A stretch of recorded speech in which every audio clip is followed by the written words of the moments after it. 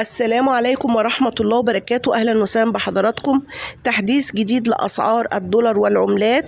أتمنى الاشتراك في القناة وعمل اللايك فضلا وليس أمرا، حيث سجل الدولار في البنوك 30 جنيه 85 قرش إلى 30 جنيه 95 قرش. أما بالنسبة للعملات في السوق السوداء، سجل الريال السعودي 17 جنيه 55 قرش للشراء، 17 جنيه 81 قرش للبيع.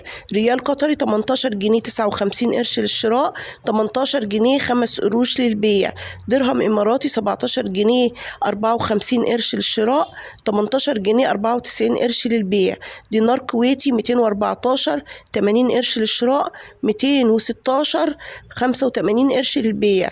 دينار أردني 83 74 قرش للشراء، 84 81 قرش للبيع. يورو 70 جنيه 70 قرش للشراء، 71 73 قرش للبيع. جنيه استرليني 83 37 قرش للشراء، 84 19 قرش للبيع. ريال عماني 170 97 قرش للشراء، 173 58 قرش للبيع. دينار بحريني 174 71 قرش للشراء، 177 37 قرش للبيع. أما عن أسعار الدولار في السوق السوداء، انخفاض طفيف في سعر الدولار، وصل 66 جنيه 34 قرش إلى 67 75 قرش، والسعر متغير من مكان إلى مكان ومن وقت إلى آخر، ولا ننصح بالتداول عبر السوق السوداء.